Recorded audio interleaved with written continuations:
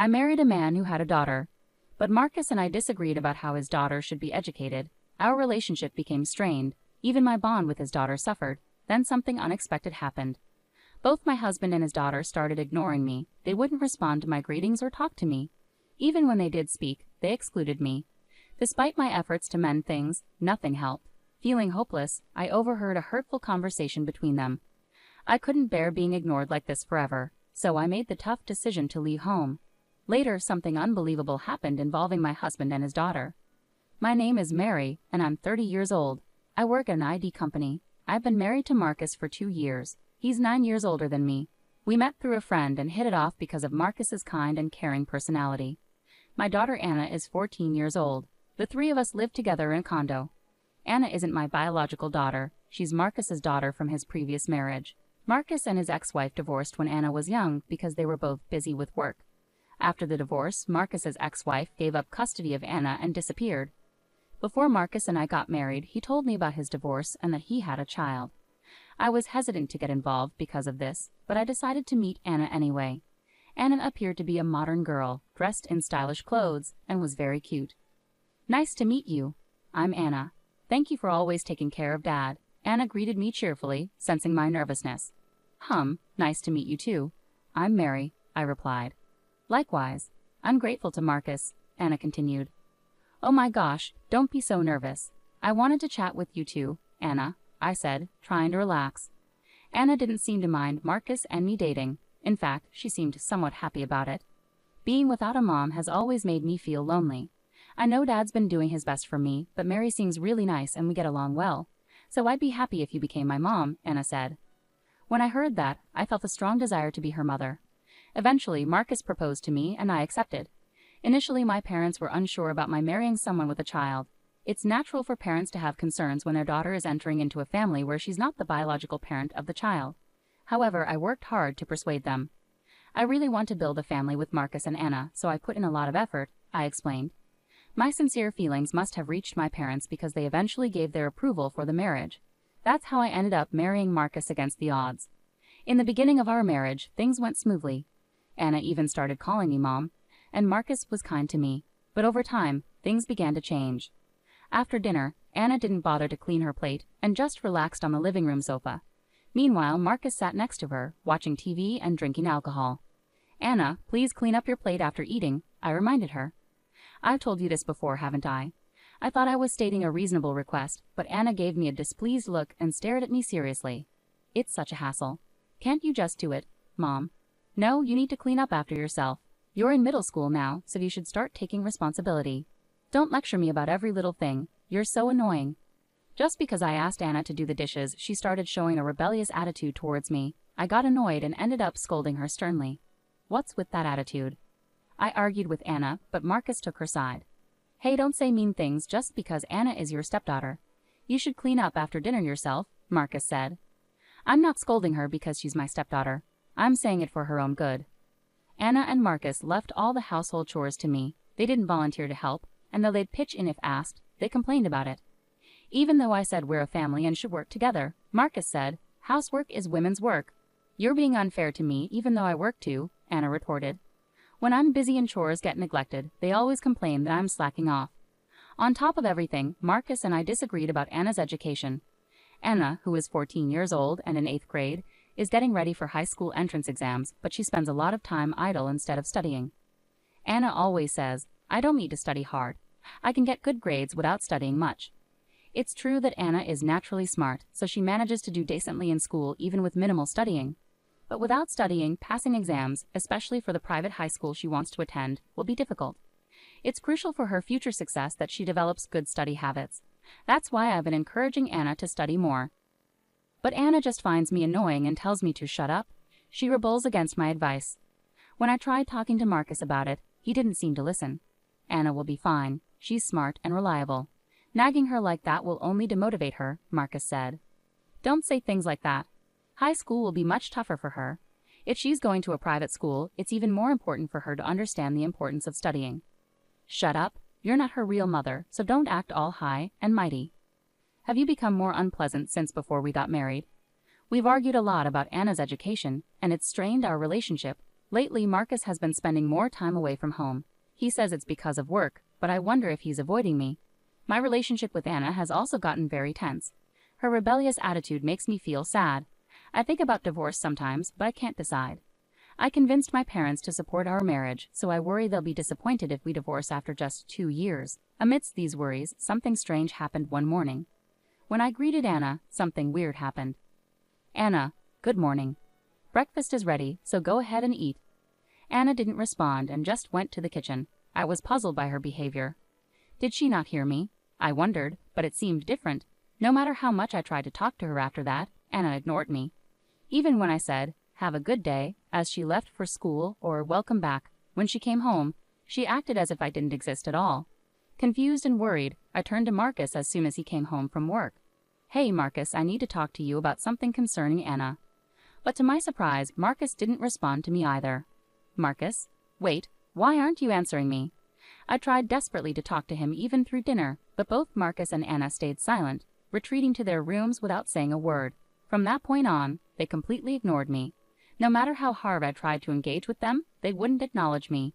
Even when I tried to join their conversations, they acted as though I wasn't there.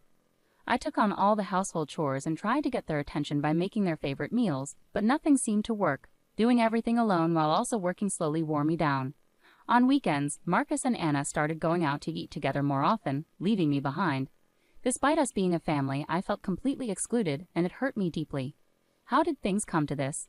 There had been tension lately, but being treated like this was unbearable. I couldn't understand why they had suddenly started ignoring me. Every attempt I made to talk to them was met with silence, and it felt like my heart was breaking. Then one day, a phone call left me astonished. When I came home from work, Marcus and Anna were chatting. Anna said something that shocked me. "Mom is so naive, lol," making a disrespectful comment about me. She proudly said, "We ignored her on purpose, and it worked. Dad and I just acted like she wasn't there, and she ended up doing all the chores without a fuss. We should have ignored her sooner." Dad agreed, plus she's earning our living and keeping the house in order. She used to be cheeky, but lately she's been quieter and more helpful. It's really working out well, lol. I'm starting high school soon and need money, so Mom will have to work harder. LOL. Life is so comfortable now that we're just ignoring her. LOL. Laughing loudly, my husband and daughter were having this conversation, joking about how she was originally hired as a housekeeper. When I overheard them, I lost my patience completely. I'll never forgive them. They'll both pay for this. The next morning, after getting ready, I greeted Marcus and Anna, but as usual, they ignored me. Anna even clicked her tongue. After they left, I packed my things and left the house. When I unexpectedly returned later that day, my family was surprised. But when they heard what had happened, they were supportive. "You can stay as long as you need," they assured me. My parents sympathized, saying it must have been so tough.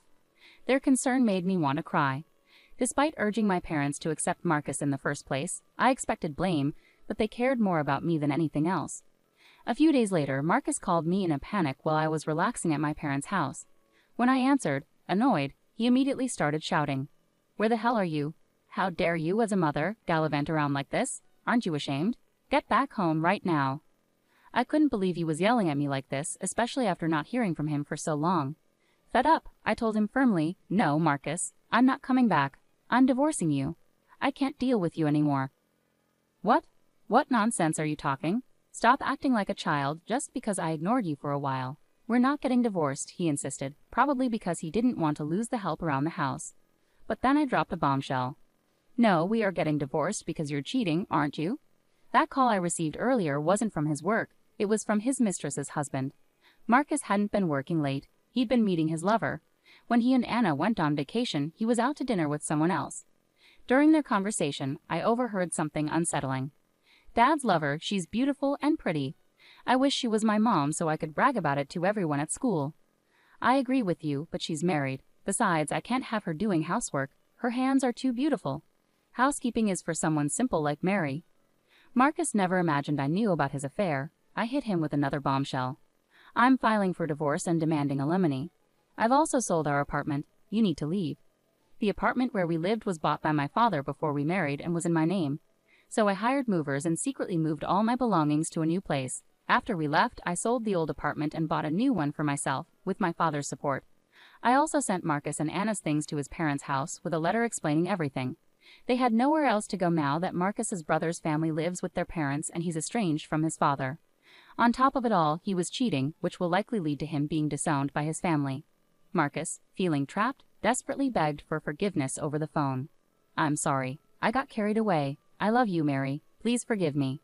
He apologized sincerely, but forgiveness wasn't something I could give him. I tried so hard to build a real family with them.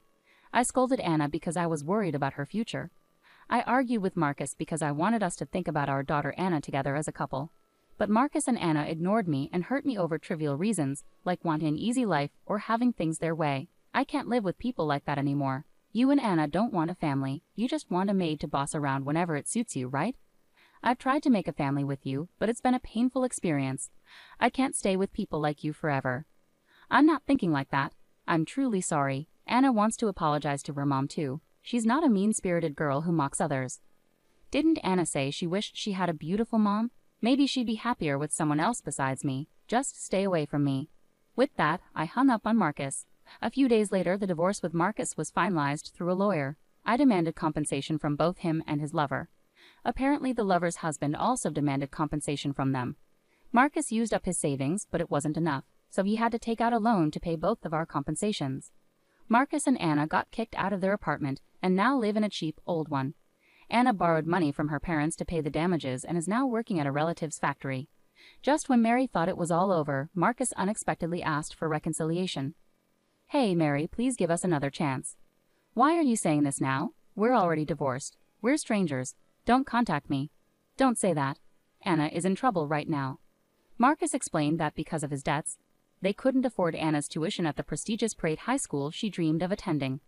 Anna reluctantly enrolled in a public high school where she ended up being disliked and isolated by her classmates due to her difficult personality.